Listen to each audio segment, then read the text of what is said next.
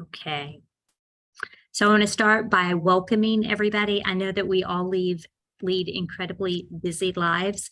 And so for you to take time out of your evening or even your sleep time for some of you guys to join this call and learn about how we might be able to use all the experiences that we've gained by raising our kids and all our knowledge of their medical problems, how we might be able to use that for research. It's really encouraging, and I thank you guys for being here and taking part in this. Most of this presentation is going to be put on by the RareX community. So I just want to introduce a couple of people in the room. First, Sylvia's here. Sylvia is our president of Ring14 USA for the past year or two. And so welcome her. And for anybody who doesn't know me, I'm Isa DeWitty. I don't even have my name up here, but I'm one of the founding members of Ring14 USA, along with some other ladies and past president, and have stepped into the role of director of research right now. So nice to see a couple of our board members in the room. Thank you guys for showing up, and also some of our scientific advisory members. So that's good.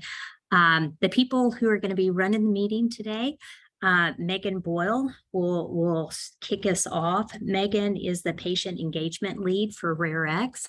And then Vanessa Vogel-Farley is both a collaborator with the CNV commission stuff that we do that you'll hear a little bit more about later, but she is the research and data governance lead and the PI on this project at RareX. So she'll talk to us later. And then I don't see Letitia. There she is. Letitia Cortez is a new member of RareX's team, and she is the clinical research assistant. And so she is bridging the gap between some of the stuff that we're doing at clinic in Colorado and our RareX stuff. And so thank you for them for being in the room. And Megan, you want to start us off with some slides? Yes, happy to. And thank you all for your attention. Whatever time it is where you are.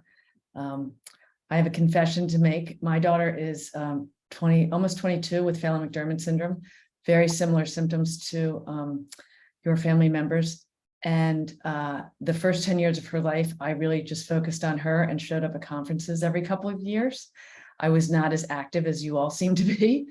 And in 2010, I was asked by some more active volunteer parents if I would help with a registry. And the next thing you know, I was the principal investigator of this registry. And it was 10 years of hard lessons and a lot of investment. And I'm happy to say that I no longer have that position. My position here at RareX is to work with organizations like you to say, don't do what I had to do. Let all the lessons that groups that came before you learned are being taken care of by RareX. So tonight, I am excited to be part of your official launch. I think you guys should be incredibly excited to be doing this at this stage of your disease history.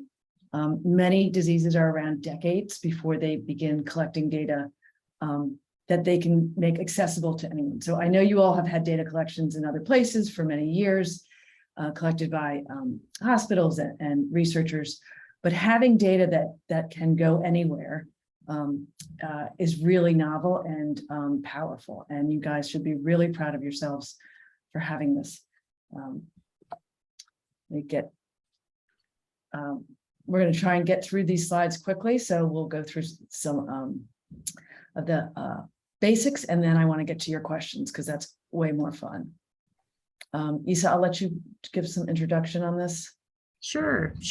So this is just a slide to recognize the fact that we're an international community, and that Ring14 USA, although we initiated this project with RareX because we have other connections with them as well here in the States, which you'll hear about later.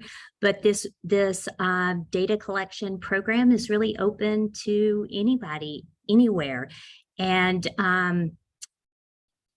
Yeah, so it's open to anybody in the world. And furthermore, you don't actually have to have, Ring14 USA, Ring14 International. We actually support people with Ring14 syndrome, but we also support a lot of other anomalies on the 14th chromosome. So one of the things that I want to point out is that this is Ring14 and related disorders. So when you come in, and they'll walk you through the process. You check the box that you want to be associated with Ring14 and related disorders, but there'll be a place later on where you get to tell them what your unique diagnosis is. Okay, so this is a patient-owned registry, so it's not a foundation-owned registry. So that's another thing I want to emphasize. Ring14 USA doesn't own this registry. We're just helping facilitate it. And currently it's in English, but other languages are on the horizon. So we hope that it'll be more accessible to our European friends and further later on. And so that's all. I think I have one more slide. Yeah. So the other thing is, why did we choose this? Why did the board decide to go with RareX as a registry? Well, one of the things I already said is it's patient owned and managed. That's really important. It's not really tied to the association, although the association can really benefit from it. There's no cost to either you or our foundation, and there's no cost to researchers to use it. So I should emphasize that RareX is its own nonprofit. This is their service to the community, to the rare disease community. It's structured in standardized questions. So a lot of time and effort has been put into these questionnaires. They were the ones who formulated them. They're using all their expertise to do this. The governance is handled. So IRB and who's the PI, I don't have to manage that. You don't have to be responsible. Vanessa is responsible. She has a whole team of lawyers who kind of help her with that because it's a big job. It's streamlined and it speeds up research and development. And also it has the ability on the back end to connect existing data sources.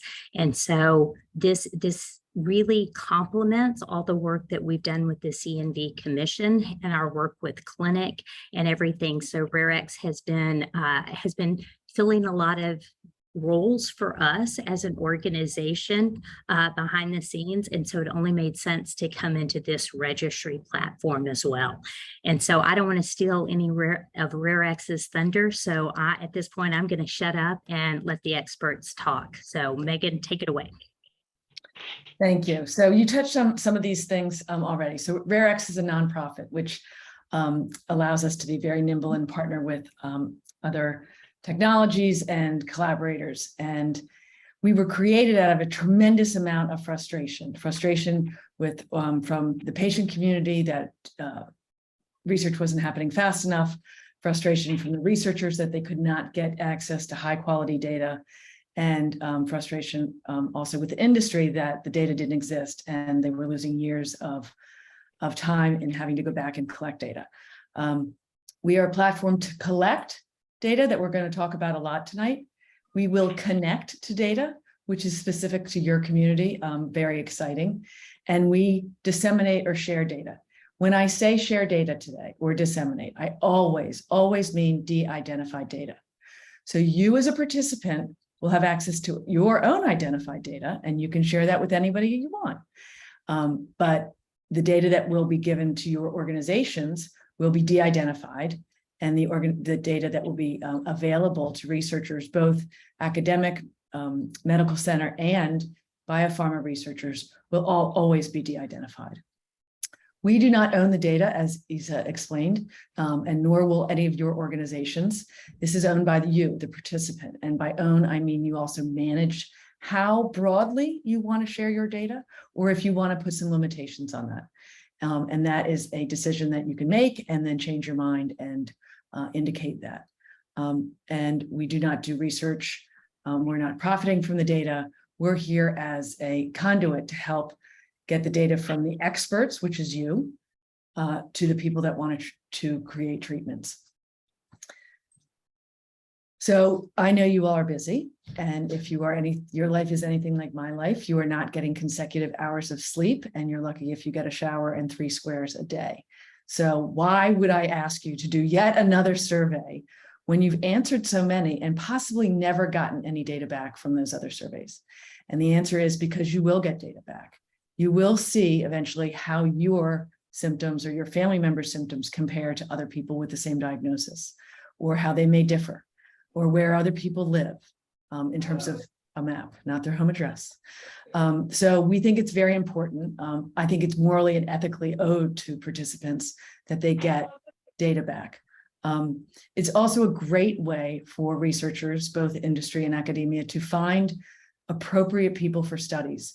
So if you're interested in being recruited for studies, whether they're clinical drug trials or their preliminary studies, this is a great way to be found. As Isa said, it's a streamlined research.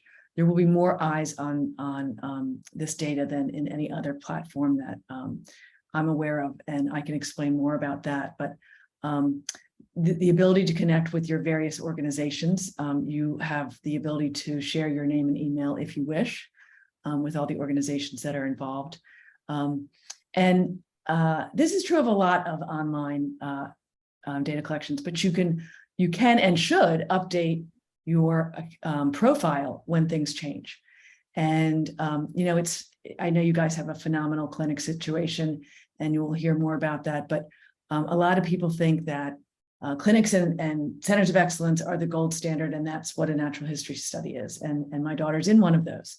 But one of the things about those in-person studies is you are there for that day or that week, and you don't get to update that information until you return. In my daughter's situation, she was very ill the last time she went to the NIH, and 2 weeks later, she had a medication change, and she's doing much better. But it will be until next May before the NIH will know that she's doing better. So we're very excited that we want your community to see this not as a one-time survey or something that you've got to do once a year when you change your batteries. This is something that you engage in as things get better or worse, when things change. We will also be changing. We will be adding new surveys on an ongoing basis. And if there's surveys that have anything to do with the symptoms that you've reported on, we'll let you know that it's time to log in and come back. So this is on the left, the typical way that organizations have always had their data shared when they've had the data themselves. The researcher has to know the disease exists. They have to know that the organization has data, and then they have to ask them for it. And then your organization volunteers have to decide if that researcher is worth your family's time, and then they have to send the data. And these are all one-offs, and it can take a lot of time out of volunteers, and it takes a lot of time for researchers. Over here on the right is RareX, and we are allowing data to be collected from any of the rare diseases, and there's over 10,500 of them at this time. And we're even accepting data from undiagnosed patients. And over here are the researchers that will go through one door, so they only have to know about one place, and they can look across all of these diseases that where there's shared symptoms and connected genetics. And the beauty of this, as a rare parent, to me, is that someone who's never heard of your disease and may know nothing about it may do a query across symptoms. For instance, epilepsy, sensory issues, and ear infections. And they may come across your family member having never, ever heard of Ring14 or knowing anything about it. And that may make that person eligible for a study. So we really are very excited about how this is going to increase the number of researchers looking at data. Isa explained that governance was one of the things that your organization was excited about, and you should be, that this is being taken care of by RareX. This is a very time-consuming and huge responsibility for organizations like yours and the one I was associated with, to have to be responsible for all the ways that data comes in, is collected, is stored, and is disseminated. There's a lot of details in there about consents and security and privacy. And all of that is our responsibility. You'll see down here on the bottom, it says country by country regulations. Many of you, some of our friends on the phone today, are familiar with GDPR. There's lots of other names for that, but I can't say them on the video. And it's a moving target, and it's complicated, and it's not the same in every country in Europe. And so in order to make sure that we are following the rules in different countries, we have to make sure that we keep up with it. And so that's something that we've taken on. So what do you need? It's not just GDPR, by the way. I know we're represented by more than just the UK here in the EU. I know we have people in Australia, but when we talk about country by country regulations, most people understand that GDPR means international regulations, but there are other countries that exist other than in the EU. So we do adhere to those as well. And a lot of them are also changing. India, for instance, had very minimal data regulations, and their data regulations will be coming out in the near future, and they will be much more stringent. And luckily for us, that's not my job to know about those things, it's Vanessa's. So what do you need? You need an email, you need to create a password. Please use these browsers, Google Chrome or Apple Safari, and apparently version 14 or higher if you know what your version is. Do not use Microsoft Edge, Internet Explorer, or Mozilla. I think one of those does not even exist anymore as of a few months ago. You don't need a lot of time. You do have medically complicated family members, but you don't have to do this in one sitting. So I encourage you to get started as soon as you can, take a breath. Your journey will start at your patient organization's website, where there will be a link, or at social media that where a link will be shared. I believe Isa will put a link in the chat tonight. And then you will go to a community page that I'll show you this evening. And from there, you'll learn more if you want to learn more. And there's frequently asked questions. There's information on enrollment, and that page is translated. Then you'll go ahead and set up your account. And it's like everything else that you do nowadays. There's double validation. You'll get an email, with a code and change password. There's a very well thought out, simple consent that Vanessa and some attorneys spent over a year working on to make sure that it's incredibly transparent, that you have no doubt in your mind of how secure your data is, who sees it, who can't, and what's being done with it.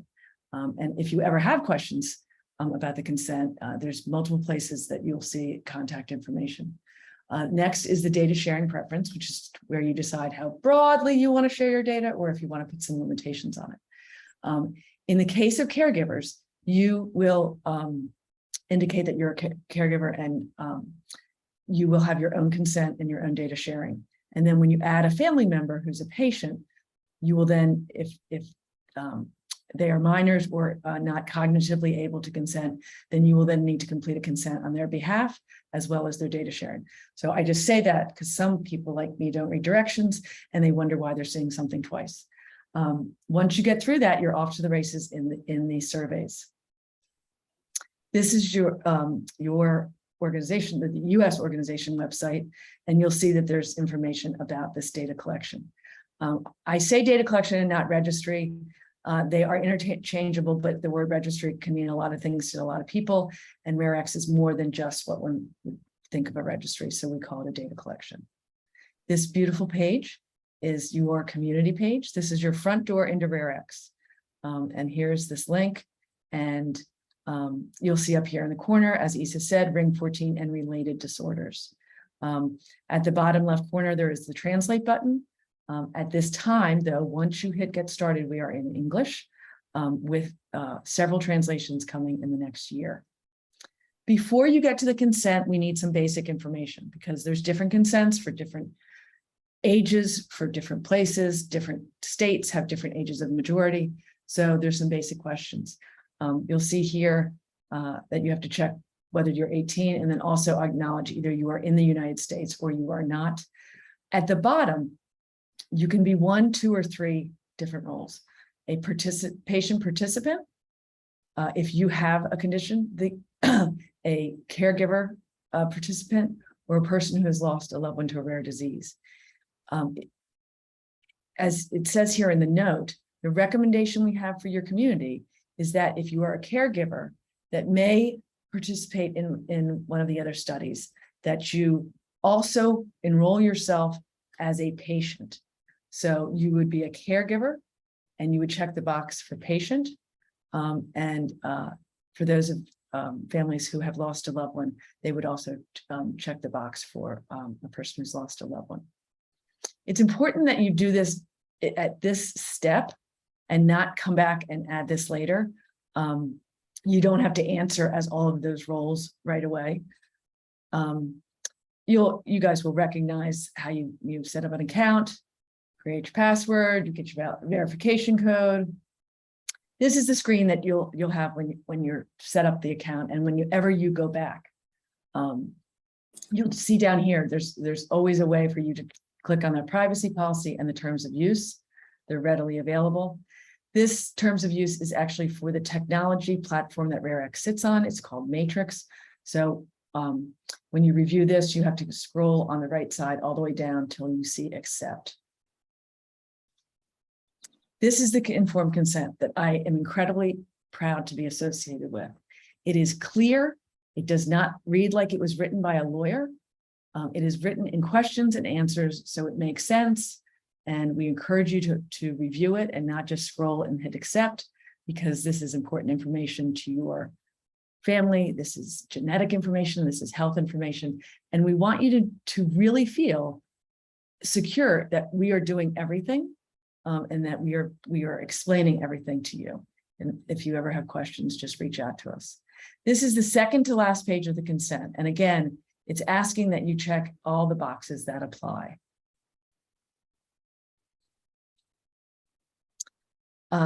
This is the last page, and you'll see here that this is probably for the caregiver or where there's just a patient, not.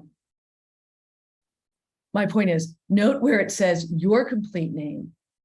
And if you are doing this on behalf of a minor or a person that is not cognitively able to consent for themselves, it will ask for your name. It will also ask for the patient's name. So just move slowly and make sure that you fill in the right person's name in the right place.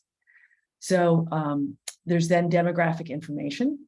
All of this is required fields, but you can prefer not to answer on certain things. And in the state, for whatever reason, make sure you use an abbreviation for your state. You'll see here, it's the usual World Health Organization race and ethnicity questions. It does ask for your birthplace city. So not everybody has that, but that is specifically has to do with an algorithm that's used for an ID number. Estimated household income was a pet peeve of mine my whole entire life. I always thought people were going to ask us for money, and so I never answered it. This is a research question that's really important. You can answer, prefer not to answer, but this is to show that there is socioeconomic relations to having diagnosis come later, having treatments come later, and having death come sooner. So that is in all research studies. So I just want you to know that this is not us hitting you up for donations, and ISA will not either. This is not information that is for use anything other than socioeconomic research. And the insurance question is also for research purposes. At this time, there's a box here for clinician. You just ignore that. That is a field that is to come later. And when you hit the rare disease, there'll be a scroll, and it scrolls down alphabetically. So obviously you would not be FOXP1, you would be Ring14. Data sharing survey. So this is where you say, I want to share my data with everybody. Can I just stop you there? For the Ring14 that associates you with ours, it doesn't necessarily mean that you have Ring14 syndrome. It just means you're associated with our community. Yeah. And later on, there will be a specific survey with diagnosis where you can put in what your exact diagnosis is. So if you're just if you're a deletion and you don't have the ring, you can still come under Ring14 and be associated with our community, but you'll be able to specify your diagnosis later. I'm sorry to interrupt, Megan, but us, like you, we have a range of diagnosis that we like to support. So I just wanted to make sure that everybody knew that. And if somebody in your community does choose other because they don't like they're like, oh, Ring14, I don't have that. If they choose other and put in 14 related disorders, that sort of thing, we do fix it on the back end. So they do it on the dashboards and everything. You are associated with the community. But again, as Issa said, there's another diagnosis survey where you'll put in, I have a ring with a deletion, I have a ring without a deletion, I have whatever it is, that you're able to specify that later. Additionally, with your genetic report upload, which we'll get to, that's kind of where you actually get the research diagnosis question. This is simply on this general information. It's simply to associate yourself with the dashboard versus actually your diagnosis. It's just it's a wording question we can't change right now. A reporting dashboard. I'm going to talk about a different dashboard in this. So the first question is, I want to share my data with any kind of researcher doing any kind of research, which includes under B, research on age, race, and ethnicity, genetic traits of different populations, and so on. The second option is a little bit more limited, and it's just research on health and biomedical, which is described up here. You have to choose one or the other before you can go to the next. This page, you can choose nothing, one or both. I chose neither. The first essentially says, I'll share my data with all types of researchers except commercial, which is essentially saying, I don't want drug companies, biotechs, pharmaceutical companies having access to my data. I want my data seen by them, so I did not check that box. But you have that ability. And the second is, I only want my data to be seen by researchers that have been given IRB approval by their institution, which is completely understandable, but I'm okay with some math major who's looking for patterns in data to come across my data. I'm going to make a comment real quick about this, because we have something sort of cool coming up that's not in this presentation. So you probably have heard the term hackathon, or open data science challenge, or data challenge. It's something that's really big right now in big data. And actually in the early next year, that RareX is actually participating in something like this, where all of the data that people have, again, committed to through data sharing, our data is being open to those, like kind of what I say is like these nerds who want to find those signal to noise. They want to find these potential like cohorts in our data space. And this is going to be open again in the early 2024. And so for those people prior to that happening, so at the end of the year, we're going to be sending out an email to everybody who said, I don't want my data shared but with people who don't have an IRB, to say, we've got this open data science challenge coming. If you want your data to be part of this, you need to go into your account and change this.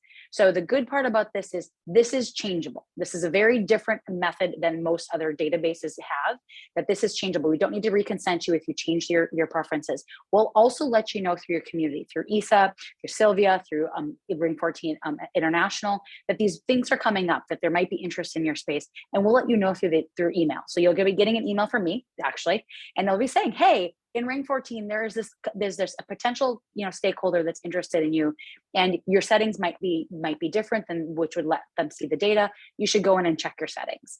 And so we do have that interaction with you. It is a very personal interaction. It's something we do want to make sure that you guys as a community know when these things are coming into your space, and identify where there might be things checked on your account that you need to change for us to enable the machine part in the background to move your data through the system. So just as for the IRB piece, our open data science challenge, it's a de-identified challenge, but it's a really cool one coming up, but it is not covered by an IRB, because it's a de-identified non-human subjects research. And I think she program. meant 2023, not 2024. Oh, sorry, 2023. Yes. I'm sorry. I'm looking at it like a calendar right now that has 2025 on it. So the remaining questions in the data sharing are for us to help your organizations understand what your preferences are, and also where you've given biosamples and data in the past. And I'll explain why in a moment. So have you given biosamples? If so, where? We don't need the address. We don't need the scientist name. Whatever you can remember, just type in. Are you interested in having biosamples taken? You're not signing up for anything here. We're just trying to get a gauge on the interest. Medical records. If there was an opportunity to connect your identified medical records with your RareX account, would you be interested? This isn't going to happen magically, but if your organization decided that that was something that they wanted to invest in, we could say, well, 20% said they would, or 90% said that they would. So this is basically for us to be able to give information back to your community about the interest level. Other possible data sources, I mean, what other studies have you been in? Have you been in Simon Searchlight, Janita, Dr. Smith, I'm making that up, and so on. And that is so we can go back to your organization a year or two from now and say, yeah, there's a lot of people in this other data. Maybe we can connect to it so that there's more robust data in RareX besides just what has been entered, which is really exciting. On this question, do you want to share your contact information? Not your home address, just your name and email. And this is so that your organizations can be able to contact you about other things. And the second question, and I know people tended to kind of skip over longer questions. This is very simple in that you want your data to be able to be shown in a dashboard that shows data on all of your disease, which is a different dashboard that I'm going to describe later in this presentation. So if you've enrolled as a caregiver, you would add a patient, and that's up in the left-hand corner. I apologize, this is an old slide. We no longer have black on gray here. So this is a much easier contrast to see in real life. Over in the right-hand corner, you'll see this, what looks like a book with a plus sign. If you click on that icon, you would then open up this person's dashboard. I'll show you some screenshots of that. In the event that you are a loved one of someone that has passed away, whether it was from this rare disease or another cause, in your below demographics is something called other information, where I showed you the race and ethnicity. Under clinician, it says, is the patient alive? When you indicate no, you will get this, are you sure you want to keep going screen? And you want to indicate yes. From there, you will see what's called a loss survey with a few questions about cause of death and a few other things and date. And then you will be asked if you want to participate in additional surveys. If you say yes, then you will go back into the survey workflow that all the other participants would be in. It's all completely optional. So here it shows, I forget things, I can see myself enrolling as a caregiver. I enroll my daughter as a patient. I go away for 2 months, I come back. I can't remember who I answered for. You can always cheat and look up in the left-hand corner and it will say, this is the account and this is the caregiver, and you're viewing Macy. So Marilyn's the caregiver, but she's in Macy's dashboard.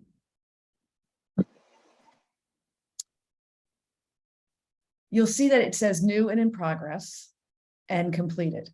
The health and development survey, I have nicknamed the head to toe survey, and everybody, no matter what their diagnosis is, everybody that comes through RareX is going to start with this health and development survey. Simple questions. The answers are yes, no, and unsure. And it goes from head to toe, brain, vision, hearing, lungs, and so on. Don't second guess yourself. This doesn't have to be related to the rare disease. If you have any symptoms that are described in any of these questions, say yes, or if you're not sure, say unsure. If you say yes or unsure to something in this, more than likely you will get something that's called a level 2 survey added to your dashboard, which we'll go into a little bit more detail. You'll also see on the dashboard, it will say how many minutes and how many questions. I would say the diagnosis survey would only take you 15 to 30 minutes if you were really journaling about everything that you've ever experienced in free text. So this is an example of how broad the questions are, and they give examples. So not everybody would know that low muscle tone would be a neurological or brain. So it gives that as an example. So as I said, anything that you say yes or unsure to will take you to another survey. At the end of this health and development survey, it asks about genetic testing. It asks why you had the genetic testing. You can pick more than one. And then it says, if you have the genetic test, we'd like you to upload it, and I'll show you where. If you don't know where your genetic test is, your homework assignment is to find it. The genetic data is really important in these diseases. And Even some of the diseases that have been around a long time, they're still learning about what, especially with sequencing, what different genetic diagnoses mean. So on the left-hand side is an area, and you'll see documents, which is green. You click on that, you'll recognize how to upload a document, you'll upload it, you'll label it genetic test, and it'll be there for you to access. Here are the level 2 surveys. So this participant checked that they had ears and hearing issues, eyes and vision, kidney and bladder, and they can keep scrolling. And in completed will be the health and development, because you've already completed it. If I said no to muscular issues in the health and development, but a year later, there's muscular issues, I just go back in and I just change that one question, and then the muscular level 2 will show up here on the dashboard.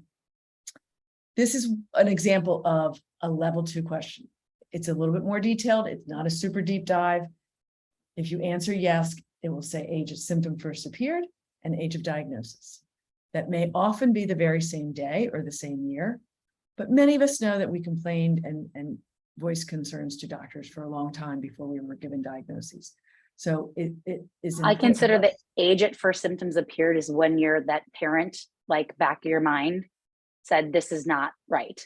This is something's going on here, that sort of thing, because we know in this space, the diagnostic odyssey and getting the diagnosis is actually half the battle.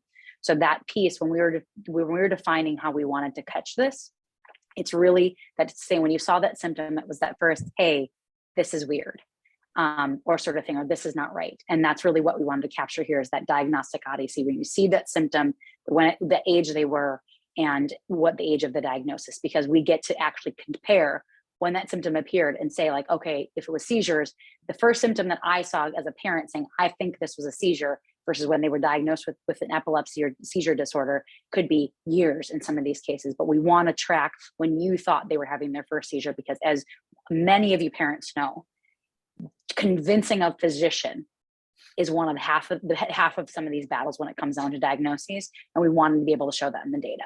So sorry, I didn't mean to interrupt. It's a perfect example of the type of data that will come out of this, not just about your disease, but like the gap in diagnoses.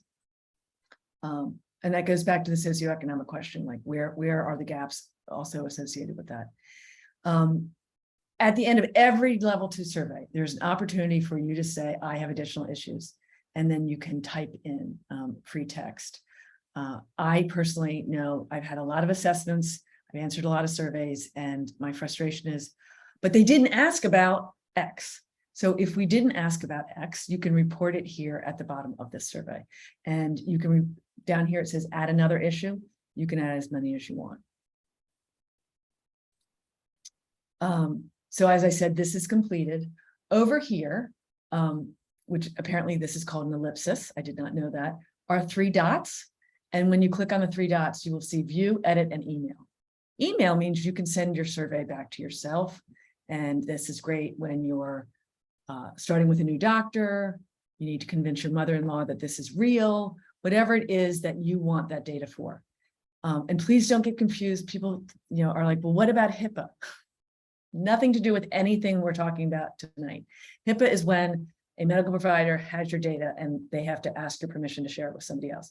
This is your data, you're entering it, share it with whomever you want in an identified manner or a de-identified manner. After it goes into RareX, everything that we share out will be de-identified. There is a quality of life survey, and we're happy to say that someday there'll be a caregiver quality of life survey. This quality of life survey may be frustrating for some of you. It was for me because I have a non-verbal child. So I could not report in the past 7 days, was she worried, because she can't tell me she was worried. And this is not the first assessment that you've ever seen where you couldn't report something. So there is a answer that says unable to answer because of my child's condition. I believe that we've gotten enough of those unable to answer that our principal investigator has gone looking for a more appropriate quality of life for this type of population. And when that becomes available, it will be added. So how is this different than all the other things that you've ever done? You can hand it over to me if you want to. You can keep going if you want to, Well, I'll just finish this one up. Okay. It's not in one specific institution. So this isn't the Duke study or the NIH study. This is the Ring14 and associated disorders data collection program global. And it doesn't belong to any one place. And the data will be available to all of the people that want access to it in a de-identified manner. Because of these standardized surveys, because everybody who answers yes to brain and then answers yes to seizures will then get the same seizure study, whether they have Ring14 or whether they have any of the other seizure disorders. They will get the same seizure questions, which means when a researcher is looking across different diseases, it's apples to apples. And that's really important because a lot of clinical trials are going to be coming up that aren't about disease, they're about symptoms. Also our ability to return the aggregate data back to your organization. Some researchers would love to, but the way their studies are set up, they're not permitted to. This is focused on data on drug development. Some research is grants are given for things that people are curious about or they've wondered about, but they're not necessarily things that are going to lead to treatments of drugs and devices. So that is the goal here. This is complementary to other research. This is not in place of other research. If you're in a study, stay in the study. If another study comes along and you think it's worth your while, I encourage you to be part of that study. This will complement. Those researchers will be able to come to RareX to find good target participants, learn more about the disease. So this is not an instead of. And again, the ability to update this over and over and over again. The only way we're going to get an idea of what Ring14 looks like over a lifetime is if people continuously put in updates. And even if nothing has changed, if you go in after a year and nothing has changed, that is still noted and that is still important. I believe Vanessa's taking over from here. Yep. All right. So next slide. So speaking of, this does not replace other studies. It's really complementary to other studies. So as Isa mentioned at the beginning, I am also the co-founder of the Commission on Complex Copy Number Variants, which you may or may not have heard of. It's one of the efforts in the Ring14 space towards looking at complex copy number variants or structural variants in genes. And so you may have participated in that conference, and it was a fantastic time in July last year where we collected a bunch of data, biosamples, we collected survey data, and we also had clinicians who were doing research at the conference. And so you may have participated in that or may have heard about it in some of the social media or the newsletters that came out here. But prior to that, even when Isa was coming into the commission, we knew about Ring14 International and their amazing biobank that was hosted at Telethon in Italy and the clinical database. And the good part about RareX and how we align our data models and our data sharing is that we enable connection and federation of those data sets that exist in this space already, meaning that everything that's, if Ring14 International and the Italian group would like to combine the data and really use it for future analyses, we're able to do that through that consent aspect and all through that data sharing aspect.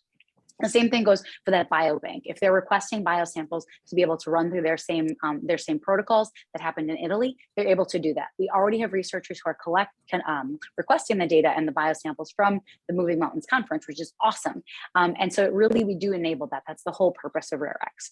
The additional pieces you may have been seeing at the neurogenetics clinic already at Children's Colorado or one of the clinics in the space where we're supporting the clinical research database and additional biosample collection. So these are the three quick examples of other data collection efforts in the Ring14 space that we really are being complementary, and we want to be collaborative as much as we possibly can in this space, really through our data sharing, our data and our consent processes, where it's not limiting any of your data movement or even your biosample movement through these spaces. We really do want to facilitate connection.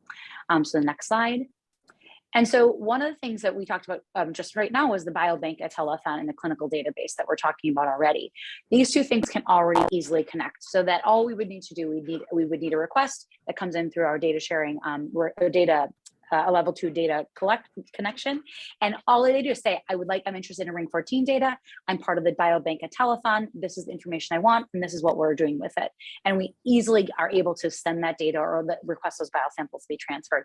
It really maintains and really makes sure those assets are not lost, and they're not kind of put behind silos. So we really want to make sure that happens. The additional piece is, as the commission is putting these things together, it's great. We have some funding happening right now for this space.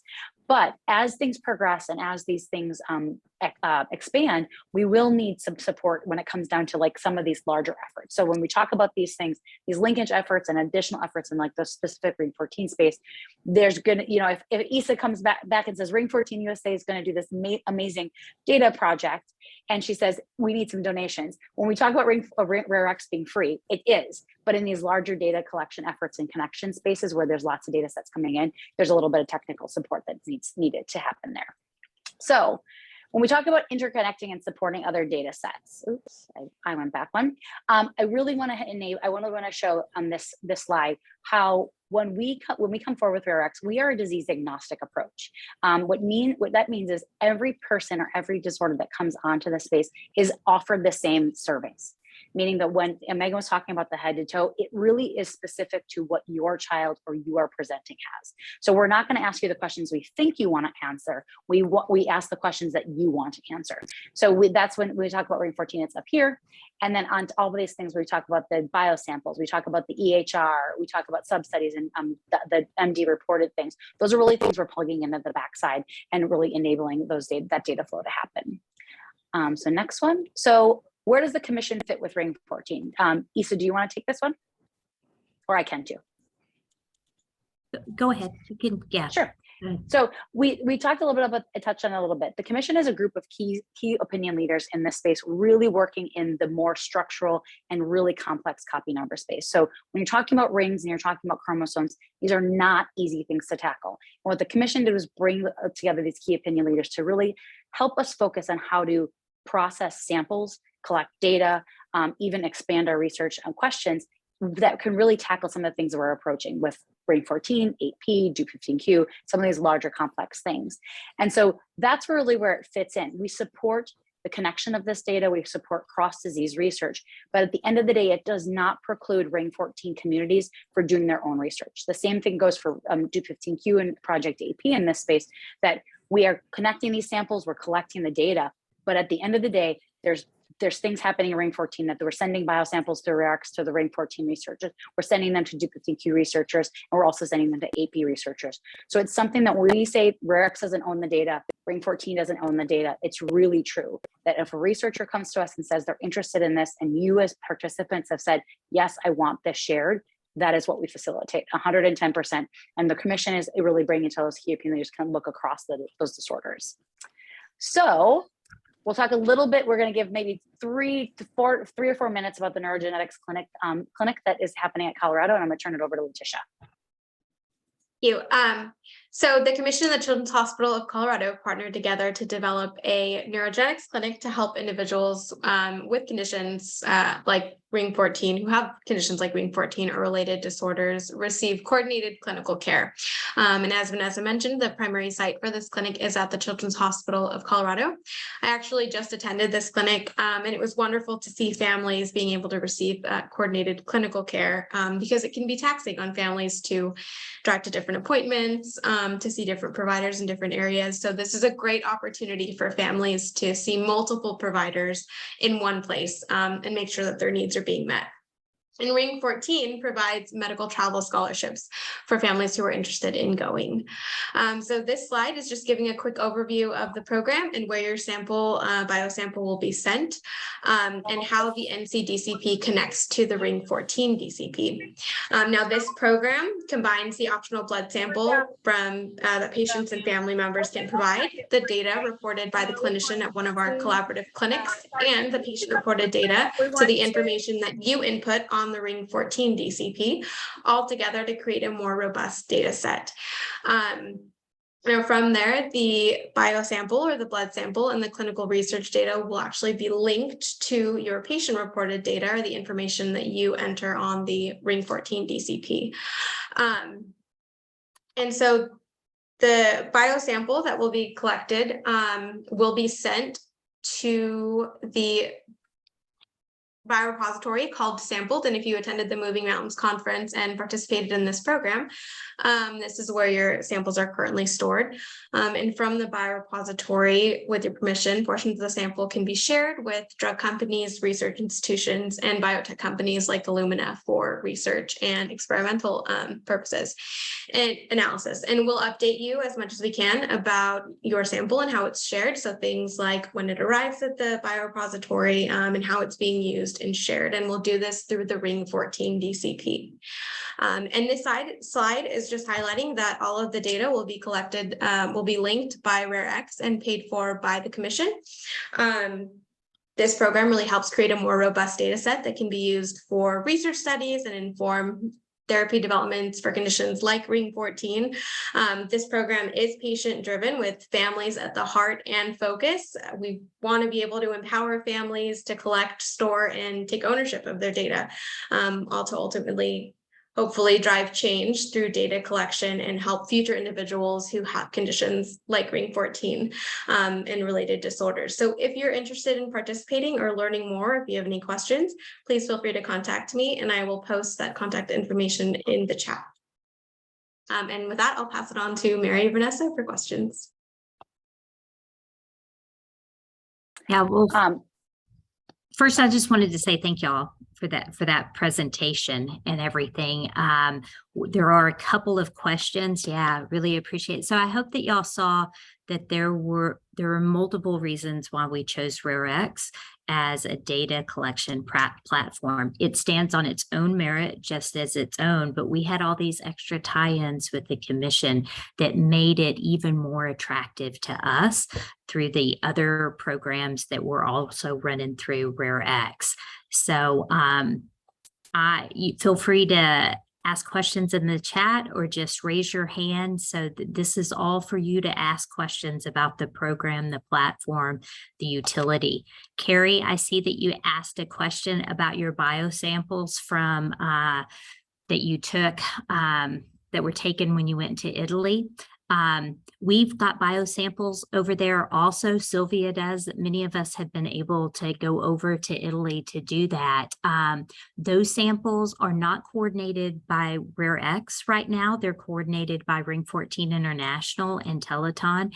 But like Vanessa was saying, you know, what RareX does have the ability to do is connect the data if we're willing to pay for that pipeline. So in other words, if you came in under RareX and we decide and you filled out all the questionnaires, at one point we might be able to pay to build that pipe that connects your patient reported data with those samples that are stored over in Italy. But that would be what's called a sub-study, and that's not part of their kind of free service. That's stuff that would have to be negotiated between RareX and Ring14 International. But we love the idea that all of those connections could be made at one point. Yeah, and the good part is the basis and the governance is there, so that if Teleton does request the information, the governance and the ability to share your information is already in there. So we would just say, okay, if it's a technical build or if it's a governance build or something like that to connect the identified information, that's what we would need to do. And so we would just scope that out, what that would mean. Because oftentimes when we're working with different collaborators in that space, everybody has their kind of different flavor about how they want to connect things and then what technology they're using. So it was on a case-by-case basis, but we're able to do that with the good foundation that we're starting. And in simple terms, you're not going to be asked every time something like this has to happen. You have answered in your consent and your data sharing what you are willing to do. While we're talking about Italy, that brings up international. We currently have 40% of the enrollees across 30 different disease communities have enrolled in RareX in the last year, and 40% are outside of the United States. There are participants from 48 different countries outside of the United States. So you don't have to be in the United States to enroll. You have to be able to understand English at this point. There will be likely 5 more translations coming, thanks to generous sponsorship of biopharma companies. They want us to be successful because they want high quality data on rare diseases. And they understand that it's important that it be shared. So you can enroll from any country, and there's more translations coming in the next year. Yeah. So I just want to emphasize, we want all this to be collaborative and complementary and not at all competitive. So the idea is that no data is left behind, right? So we want everything that you guys have ever contributed to be utilized and useful to the community. We also want it so that if a researcher comes to your organizations 2 years from now and says, I have this study and I want to ask these 100 questions, you can say, you're in luck. 80 of them have already been answered in Rare X. So you don't have to re-ask our families those 80 questions. You only have to ask them 20. So we're really trying to alleviate the survey exhaustion, because as we all recognize, we are tired and we don't have spare time. But I will tell you, we will be reminding you at least once a year to come back if you have not updated your data. It's really important that you make this part of your caregiving. When something changes, gets better or gets worse,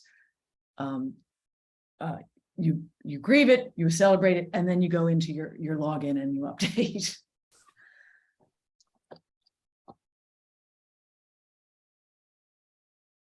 We're here to take any questions from anybody, researchers, participants.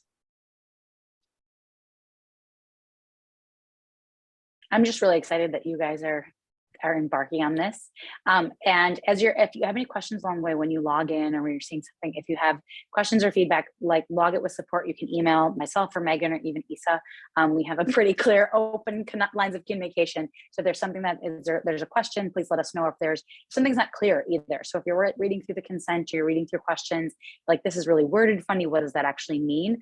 Please let us know. Letitia, like she said, she was in the clinic this week and she's like, a family was asking a question about what this actually meant. And I just want to make sure that this is right. It's like, yeah, that's actually what it meant, but maybe it's a place we can actually improve the wording. So definitely let us know if something ends up being confusing at all or anything like that, because that we're really here for that. Again, this actually is your database. This is your data. This is something that you're controlling. You want it to be quality. You want it to be getting out there. At the end of the day, that's really what Rare X is doing. We're lowering the barrier to for these groups. The additional piece I want to say is that Rare X for groups like yours that are collaborative, that are international, that have lots of organizations kind of come with that want to be collaborative with this, it does lower the longevity of this. Is there's not, you don't have to worry about the runway, right? Because we're taking care of a lot of the governance things, that if something changes with your Ring14 structure or something, like more groups come to it, it doesn't exclude like the data collection that keeps going past that. Or if somebody retires or the PI retires, all of these things are like logistics that are awful for maintaining databases that I've learned personally over 25 years that I don't want any group to ever have to deal with again. Sorry, my dog is also very emphatic about this. So it's also growing. I mean, how many of us have done assessments and been like, but they didn't ask me about what's really bothering my quality of life or what's really scaring me about my child's disease. And it's because we're looking for the best assessment. We are not making up these surveys. We have working groups that are looking for the best sleep survey. And when we identify the best sleep survey, then you'll get an email that says, you answered yes to the sleep questions. We're really excited. There's a new sleep survey in your dashboard. Please log in. So please don't be frustrated if we haven't asked you about everything that you're experiencing. Also, don't second guess yourself. Remember, this is about the whole system, not just things that are associated with Rare X. So, if you have dry skin and it has nothing to do with Rare X, but it's an issue, then you report on it, because we are treating the whole person. There's also people that have multiple diseases. And we've also found out that some of our diseases weren't really well characterized because the original researchers didn't ask us about certain things. So again, the reminder that in your community, we recommend that you enroll as both a caregiver and as a patient. That's a word that Vanessa would prefer that we weren't using, but it is the word that we have in the system for now, and that there's more to come. You don't have to finish it at one sitting, and surveys are optional, but all questions in all the surveys are mandatory, so that you can answer, I prefer not to answer, or unsure. So I have a question, actually. So a couple of us have actually gone in and started these surveys and everything. And so once you go in and start taking the surveys, what they're going to ask you, and Megan went over this, was the, what age did you first suspect? And then the age of diagnosis. So the age of diagnosis, that's what I have a question with. So there's some things that I know exactly when my daughter was diagnosed with, like epilepsy, like it was night and day. Your daughter is having seizures. I remember exactly when it was. Your daughter now has Ring14. I know that this is on her that she's diagnosed with this. Other diagnoses, like I didn't even know that they were on there until I started digging around with different stuff, and I found, oh wow, she's been diagnosed with developmental and epileptic encephalopathy. And I didn't even know what the word was. And I still can't quite wrap my head around it good. I just call it DEEs because it's hard to say. But there's that end of it. But then there's also like constipation, where you know your daughter has had this for years and years and years, but you're like, when was it diagnosed? Was there ever a day where your doctor went, oh, your daughter has constipation? So how do you know what I mean? Yep. How do you answer those kinds of things on the surveys? So sometimes, in terms of the first symptoms, that's one of the funny things about this is the purpose of the age of diagnosis is actually a documented diagnosis, meaning it ended up in a medical record somewhere, right? So it's like when you go into your My Chart and you see like the list of diagnoses that would be on there, and on top of it, like that you argue with them. Right? Some of them you're like, why did this is not right, this is not on there. So the purpose of that is actually to identify generally the year that it would have shown up on a medical record, that if we're going to do EHR integration, we can go and find that. Like we can say, this is going to be in their My Chart, it's going to be part of their, UT Southwestern record or something like that. So it gives us kind of a timeline generally that when we start EHR integration that we can possibly look for. Go with your gut. So like it's Megan not a said, test of how well I know. It's not a test. Well, I have to record. laugh because this is to create this. I was talking to a gentleman who was helping us create. He's a survey methodologist. He's really good at his job. He's world renowned. We're talking about this age of diagnosis, age of symptom onset, yada, yada, yada. And I said, well, how would you best capture that? How, like age? And he said, well, no, you do the year. You do the year of onset. And I said, his name was Doug. I said, Doug, I have 3 children. I don't even know what year it is right now. Much less when my kid would like they started talking, or when there was a delay, or when we noticed my son was started flapping for autism. Like I have no idea what year it was. I know that he was 3, but I couldn't tell you if that was 2009 or 1998, to be honest. And it was one of those funny things, like obviously the mom won out because it's general age, because it gives us a time frame that we can go back to say, like, okay, we know it was generally probably between 3 and 4 or 4 and 6 or whatever it is. It was in those windows.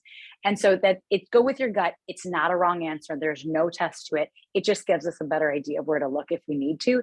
And at the end of the day, when you're looking at the statistics behind it, sometimes you want to like a little bit more granular. But at the end of the day, most time years or generally a little bit of skew is okay. And if something comes up and somebody is really, really interested in this, we might go and ping you again and say, can you actually give us the date, or can you log into your My Chart and actually find the date that it ended up on your medical record? But again, this gives us the purpose of these, and the structure of these is you should not have to get up from your computer to do anything. You should be able to sit down on your couch. I make a joke once in a while that some of these surveys are so short, you can do them in the bathroom if you want to, but you should not have to get up to get anything or to verify anything. So their parent report, this is what your recollection of them is. We can always follow up later, but you don't have to feel like you have to like finish it all. So it's one of those things like, but the age of diagnosis, generally what you think it was. Oh, it was between 5 and 6. And that's totally fine. So this also brings up an issue of where you're doing this and what device you're using. This is compatible with mobile devices, but when you get into like level 2, where it goes across the screen, it's going to get a little wonky on a cell phone. So you can definitely enroll. You can go to the, ISA has a QR code now that'll take you straight to the enrollment page. So you can definitely get started on a mobile device, whether it's a phone or a tablet, but you may find that it is more user-friendly on a laptop or a computer when you get into the more details. Okay, guys, we're about 7 minutes over, so I want to be super respectful of everybody's time and their evening, and so let you get back to your families. So I just want to say thank you. Guys, you guys are now ambassadors because you've heard the spiel. So we've recorded this. It's going to be out there for everybody we'll put it out there on a platform. But I hope that you guys will open yourself up to other people who had questions, who weren't quite sure about this. So I encourage all of us to, within a week, let's at least get signed on. Let's make it a priority to sign up and get the consents done. And then we'll try to document progress of how quickly we build up our community. So appreciate your time, appreciate Rare X, and maybe we can talk further about this at a future family meetup if we want to kind of discuss what are the actual sticky points once you get in there and you really start doing this. Okay. So Congratulations. This is so exciting, you guys. So Thank you. You guys did a great job explaining everything. we're really excited for you. Let us know if you need anything. Thank Thanks you. all. Thank you.